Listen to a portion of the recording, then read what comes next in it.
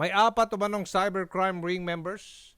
Yung mga sangkot sa hacking incident, takko sa mga government sites ang naaresto ng NBI. Sila po'y nahuli sa isinagawang entrapment operation ng mga otoridad sa Tagaytay. Sa Tagaytay City nitong Martes. Higit ng update dyan mula kay Attorney Van Angluben, ang Executive Officer ng NBI Cybercrime. Magandang umaga po, Attorney Angluben. Yes, Sir Aljo. Magandang umaga po. Ano po ang detalye po nitong apat na cybercrime ring members na nahuli po na nanghahak na mga government sites? Yes, sir. So, nung 2 days ago, we conducted an entrapment operation dito po sa isang hacker na nagpapakilala po na newbie ex-hacker dahil po he is in possession ng confidential data. In this case po, yung Sky Cable data na ipinagbebenta niya po sa halagang 500,000 pesos. Itong Sky Cable data po na ito, naglalaman po ito ng 600,000 Sky Cable clients information. So nagkaroon po tayo ng entrapment operation, ipinasa niya po sa atin yung data, binayaran po ng ng isa sa mga operatiba natin. And from there po na-apprehend po natin itong si subject hacker. Ano klase ito Sky Cable data?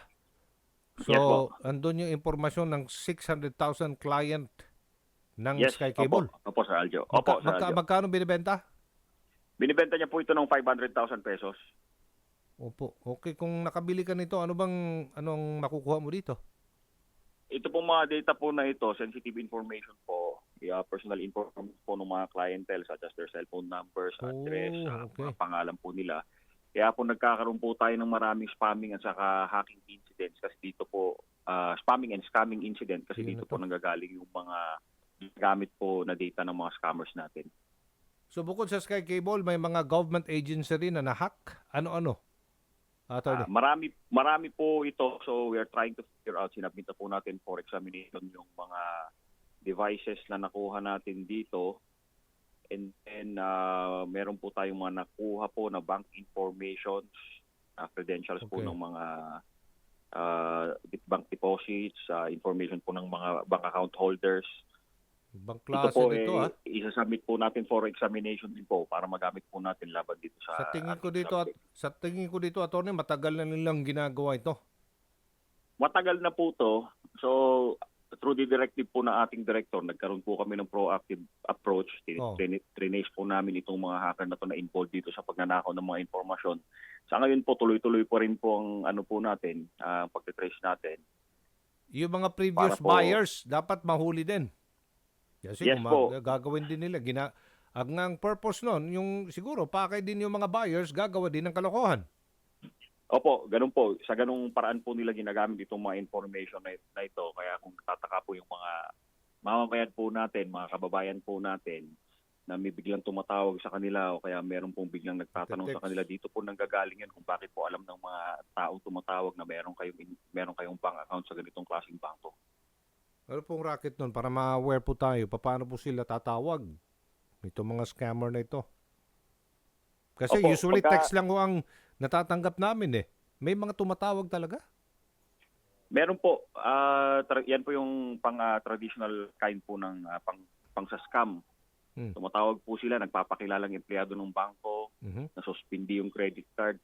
Sasabihin po, tatanungin po sa iyo na ibigay yung detalye mo. Willingly dahil ang akala nyo po ang kausap ninyo taga-bangko. Kasi alam niya kung ano yung birthday mo, taga-saan ka, email address, nandun na lahat, parang ganon. Delikado ito Alright, sige, buti na lang nahuli ito. Hindi lang siguro apat ito, marami pang miyembro nitong cybercrime ring na ito. Mga Pilipino, tama ba? Mga bata pa ba ito? Hindi naman po minor de edad itong mga nasa legal age na po sila, pero Pilipino po silang lahat. Taga saan daw sila? Taga Tagaytay City po, sir. Taga dyan. Reaksyon naman sa mungkahi ng DICT, attorney, na i-link ang mga SIM card registration, yung mga rehistradong mga SIM card sa national ID para maiwasan raw ang text scams o itong mga unsolicited texts. Attorney. Yes, sir. Ano po masasabi nyo doon? Sa mungkahi nga ng DICT, na ililink na yung mga SIM card registration sa national ID para maiwasan Opo. yung text scams? Yes po, makakatulong po yan, lalo-lalo na po sa aming mga law enforcer. So, pagdating po dyan sa ganyang bagay, makikipagtulungan po kami sa mga government agency natin. Lalo-lalo na po kung anong may bibigyan namin informasyon na makakapagpabuti po sa ano natin po, sa mga Okay. proseso natin dito sa Okay. ating bansa. Itong 4 ba nahuli, kumakanta na ba ito? Kung sino-sino kanila mga parokyano? Sa ngayon po, hindi pa po sila nagbibigay ng statement. So, nakaano na po sila, nakadetain na po sila sa ating detention facility. Ano ba ito?